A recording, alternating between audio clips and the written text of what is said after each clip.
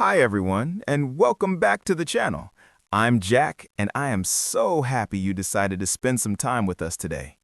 Grab a cup of tea, find a cozy spot, and let's just relax and talk. And I'm Emma. Honestly, Jack, I'm barely awake. I stayed in bed way too long this morning scrolling through my phone. But I'm here now. I've got my oversized sweater on and my coffee is hot, so I'm ready to learn something that doesn't feel like hard work. That is actually the perfect mood for today's topic, Emma. We are talking about shadowing. It is one of my favorite ways to practice English because you can do it while you're doing other things, even if you're feeling a bit lazy like you are today. Shadowing? That sounds a bit mysterious, like I'm a detective following someone in a dark alley. Is it going to be difficult? Because my brain is currently at about 10% capacity. Not at all. It's actually very simple and quite fun. Shadowing is basically acting. You listen to a native speaker and you repeat exactly what they say, almost at the same time. You are like a shadow following their voice. It helps your tongue get used to the rhythm of English. Oh, so I just mimic people. I used to do that to my brother when we were kids just to annoy him. I was very good at it. If that's all it is, I think I can handle it. But wait, why is this better than just reading a book or doing grammar exercises? Because grammar is about the rules of the house, but shadowing is about the feeling of the home. It helps your pronunciation and your flow. A lot of learners get stuck because they know the words, but they feel stilted when they speak. Stilted? Wait, what does that mean? It sounds like a type of tall shoe. That's a good guess. Stilts are those long poles people stand on to look tall. But when we say someone's speech is stilted, it means it feels stiff, unnatural, or jerky, like a robot talking. Shadowing helps you break that robot habit and sound more fluid. Okay, that makes sense. I definitely feel like a robot sometimes. I say, I am going to the store. And I know I sound like a computer from 1995. I want to sound like a real person who has actually had a conversation before. Exactly. And the best part is you don't need a classroom. You just need your ears and a little bit of patience. Today, we are going to break down exactly how to do this if you are a beginner or at a B1 level. We're going to talk about how to choose the right audio, how to manage your frustration, and how to see results quickly. I like the sound of that, especially the quickly part. But Jack, you have to promise me we aren't going to do anything too intense. I want to feel encouraged, not overwhelmed. I promise we are going to keep it very cozy. And for those of you listening at home, make sure you stay until the very end. We have a special vocabulary breakdown where we take the hardest words from this chat and explain them simply so you can use them today. Yes, stay with us. I'll probably admit to more embarrassing mistakes later on, so you don't want to miss that. Let's get into the details of how to actually start shadowing without losing our minds. So let's dive into how we actually do this. Imagine you're listening to a song you love. You don't wait for the singer to finish the whole sentence before you start singing, right? You hum along, catching the notes and the words as they happen. Shadowing is exactly like that, but with speaking. That is a much better image than the detective thing. I love singing in the car, even though I'm terrible at it. But when I sing, I'm not really thinking about the meaning of every single word. Is it okay to do that with shadowing too? In the beginning, yes. It is actually better if you don't worry too much about the dictionary definition of every word. Think of it like watering a plant. You don't need to count every drop of water for the plant to grow. You just need to make sure the water is hitting the right spot. When you shadow, you are watering your brain with the sounds of English. I like that. Watering my brain. It sounds much more peaceful than studying. I remember when I first tried to practice speaking by myself, I sat down with a news report, and the guy was speaking so fast. I felt like I was trying to catch a moving train while wearing flip-flops. I ended up just shouting random words and feeling very silly. Oh, Emma, we've all been there. Trying to shadow the news when you're a beginner is a recipe for disaster. It's like trying to run a marathon before you've even learned how to walk comfortably. For beginners, you need to find slow motion content, maybe a children's story, a slow podcast like this one, or a graded reader. A graded reader? That sounds like something I'd get a C- on in school. No, it's not a test. A graded reader is just a book or audio track that is written specifically for your level. If you are B1, you listen to B1 material. It's important because if the language is too hard, you will inevitably feel frustrated. Inevitably? That's a big word. Does it mean definitely? Exactly. It means something is certain to happen. If you try to do something that is way too difficult, you will inevitably want to quit, and we don't want that. We want this to be a cozy habit, like having your morning coffee. Okay, so I pick something easy, I put on my headphones, then what? Do I just start blabbering? Not quite. There are levels to this. I usually suggest the listen, read, shadow method. First, just listen. Close your eyes and feel the rhythm. Second, read the text while you listen, so your eyes and ears connect. Finally, try to speak along with the voice. Use a transcript if you need to. There is no shame in using a map when you're exploring a new place. A map. I love maps. I'm the person who uses GPS to go to the grocery store 2 blocks away because I'm afraid of getting lost. So using a transcript feels safe to me. But Jack, sometimes when I try to repeat, my mouth feels heavy, like my tongue is too big for my mouth. Is that normal? It's completely normal. Your mouth muscles are used to your native language. They're like athletes who have only ever trained for swimming, and suddenly you're asking them to play basketball. You have to build those English muscles. This is why we focus on the physical movement of the mouth during shadowing. It's funny you say that because sometimes I catch myself making weird faces in the mirror when I practice. I look like I'm trying to eat a lemon. But I notice that if I exaggerate the movements, like opening my mouth really wide for the O sounds, it actually gets easier. That's a pro tip right there. Exaggeration is a wonderful tool. When you're alone, nobody's watching, so be as dramatic as you want. Be an actor. If the person you're shadowing sounds happy, you sound happy. If they sound serious, put on your serious face. I can do happy. I'm usually pretty good at being dramatic. I think my biggest problem is that I want to be perfect immediately. If I miss a word, I stop the audio, rewind it, and try again 50 times. By the time I finish one paragraph, an hour has passed and I'm exhausted. That is the one thing you must avoid. Shadowing is about flow, not perfection. If you drop a word, let it go. It's like a river. If a leaf falls in, the water doesn't stop to look at the leaf, it just keeps moving. Just catch the next word. The goal is to stay in the rhythm, not to be a perfect copy. Let it go. Okay, I can try to be more like Elsa from Frozen. Just let the mistakes wash away. It's hard for me, though. I'm a bit of a perfectionist when I'm not being lazy. It's a strange combination. It's a combination many learners have. We are lazy because we're afraid of not being perfect, so we don't start. But shadowing takes the pressure off because you aren't creating the words yourself. You're just being the echo. It's much lower pressure than a real conversation where you have to think of what to say. That's true.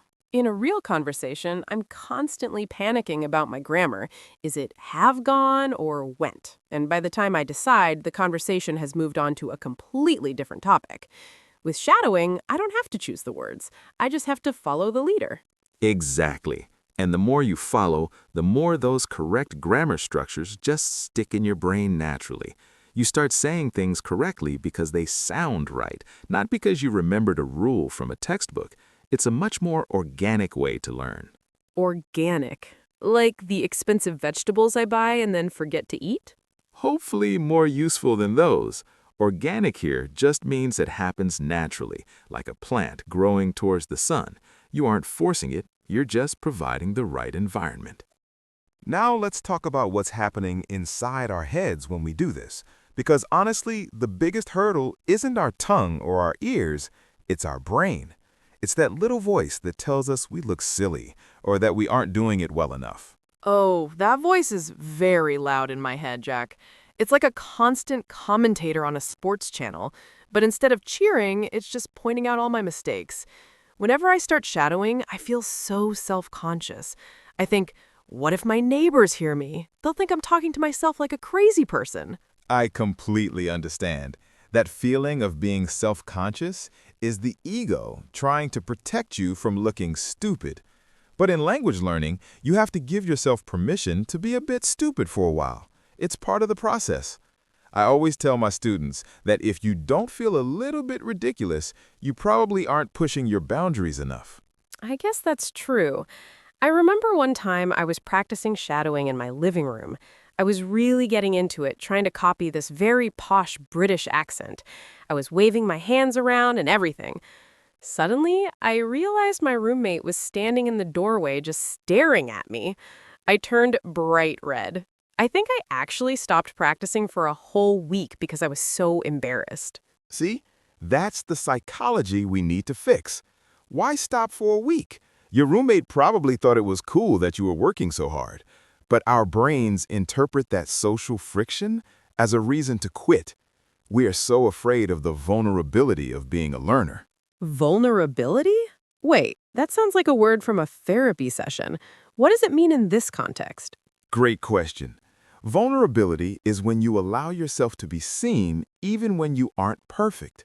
It's being open to the possibility of making a mistake or looking weak. In language learning, you are vulnerable because you are like a child again. You can't express your complex thoughts with your limited vocabulary yet. That is exactly how I feel. I have all these big, smart ideas in my head, but when I speak English, I sound like I'm 5 years old. It's so frustrating. It makes me want to just stay silent. But that's where shadowing is your best friend. It builds your confidence in a safe space. Think of it like a rehearsal for a play. An actor doesn't just walk onto the stage on opening night without practicing their lines in private, right? They say the lines over and over alone until the words feel like a part of them. Shadowing is your private rehearsal. So it's like I'm building a suit of armor. The more I shadow, the more protected I feel when I actually have to talk to a real person. Precisely. Because you've already said the words 1,000 times in your room, your brain doesn't panic as much when you need them in the real world. You've reduced the cognitive load. Cognitive load. Okay, let me guess. Is that how much work my brain has to do at one time? Spot on, Emma. If you're trying to think of the grammar, the vocabulary, and the pronunciation at once, your brain gets overwhelmed and shuts down. But if the pronunciation is already automatic because of shadowing, you have more space to think about what you actually want to say. That makes so much sense. I notice that when I'm tired, like I am today, my English gets much worse. It's like my brain doesn't have the energy to manage all those different plates spinning at once. Exactly. And that's why we have to be kind to ourselves. If you're having a bad day, don't try to shadow a complex philosophy lecture. Shadow a cartoon. Shadow a simple vlog about someone making pancakes. The goal is to keep the habit alive, even if the intensity is low. I think I need to hear that. I often feel like if I'm not suffering while I study, I'm not doing it right. But you're saying it's okay for it to be easy? Not just okay, it's actually better. If it's pleasant, you'll do it again tomorrow. If it's painful, you'll find an excuse to skip it. We want to build consistency over intensity. Consistency is definitely my weak point. I'm the queen of starting things and then stopping after 3 days. I have 5 different language apps on my phone that are just gathering digital dust. That's because you're looking at the mountain instead of the next step. Don't think about becoming fluent in 6 months. Just think about shadowing for 5 minutes while you boil the water for your tea. That's it. Just 5 minutes. 5 minutes? I can do that. Even on my laziest day, I can manage 5 minutes. I'll just tell my roommate I'm practicing for my future Hollywood career so she doesn't think I've lost my mind. That's the spirit. Use humor to fight the fear. When you make a mistake and your tongue gets tied in a knot, just laugh at it. Tell yourself, wow, that was a creative new way to say that word, and move on. The more you laugh, the less power the fear has over you. Exactly. If you can laugh at yourself, you've already won half the battle. Now, before we move on, I want to talk to all of you listening right now. We want to hear from you because your experience helps everyone else in this community feel less alone. Yes, we have a specific question for you today. When it comes to practicing English, which one are you? A, the early bird who likes to practice in the morning with a coffee. B, the commuter who shadows while driving or on the bus. Or C, the night owl who practices late at night when everyone else is asleep. I'm definitely a B. I love shadowing while I'm walking the dog. People probably think I'm talking to them in English, but it's a great way to use that dead time.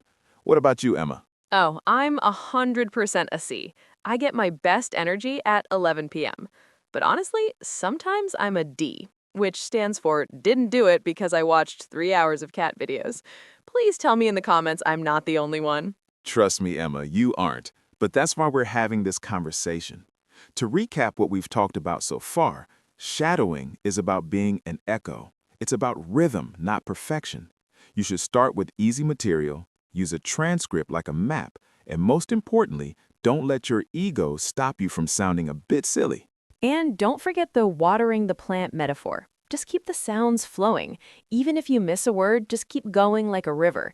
It's okay to be a lazy learner as long as you are a consistent learner. 5 minutes is better than 0 minutes. Well said.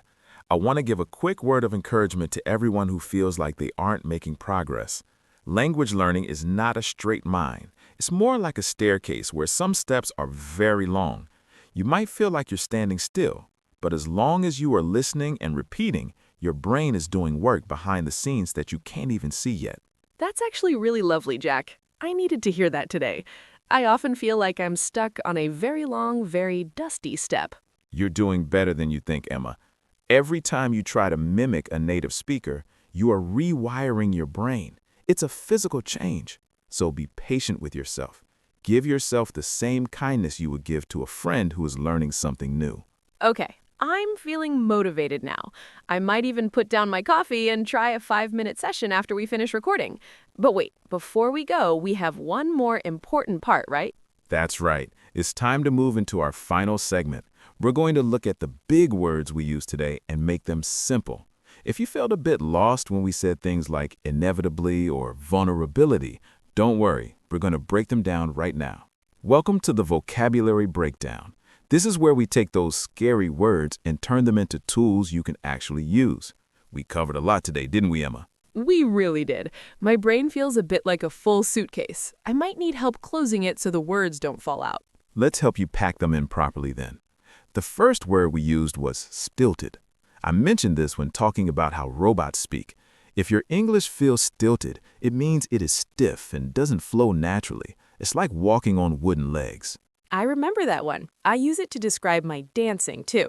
Very stilted. What about the next one? Inevitably. You said I would inevitably feel frustrated. Right. Inevitably just means that something is 100% certain to happen. You can't stop it. For example, if you leave ice cream in the sun, it will inevitably melt. In language learning, if you practice every day, you will inevitably get better. Oh, I like that version much better. Okay, the third one was a big one. Vulnerability. That one felt a bit deep. It is. Vulnerability is the feeling of being open to hurt or exposed. When you speak a new language, you feel vulnerable because you can't hide behind big, smart words. You feel like people can see your mistakes. But remember, being vulnerable is actually a sign of strength. That's a nice way to look at it. Next was cognitive load. That sounded like something from a sci-fi movie. It's simpler than it sounds. Cognitive load is just the amount of mental energy or processing power your brain is using. When you are tired, your cognitive load is high because everything feels harder to do. Shadowing helps lower the load for speaking. Got it. My cognitive load is definitely reaching its limit for today. What's the last one? Let's go with consistency. We talked about this being your weak point. Consistency means doing the same thing regularly over a long period. It's not about doing 5 hours of English once a month. It's about doing 10 minutes every single day. Consistency. I'm gonna write that one on my mirror, maybe in lipstick so it's extra dramatic. Perfect. So, to wrap things up today, remember our 3 main tips for shadowing. Start with easy audio, don't worry about being perfect, and just keep the rhythm going for 5 minutes a day. And don't be afraid to look a little silly. If you're making weird faces in the mirror, you're doing it right. Honestly, guys, if I can do this while being the world's laziest learner, you can definitely do it too. You really can. Progress is a slow dance, not a race. We are so proud of you for showing up today and investing in yourself. It's a big deal. It really is. Thank you for hanging out with us in our cozy corner of the internet. Don't forget to tell us in the comments if you're an early bird, a commuter, or a night owl. We can't wait to read your stories. Until next time, keep listening, keep shadowing, and keep being kind to yourself. Bye, everyone. Go have a snack. You earned it.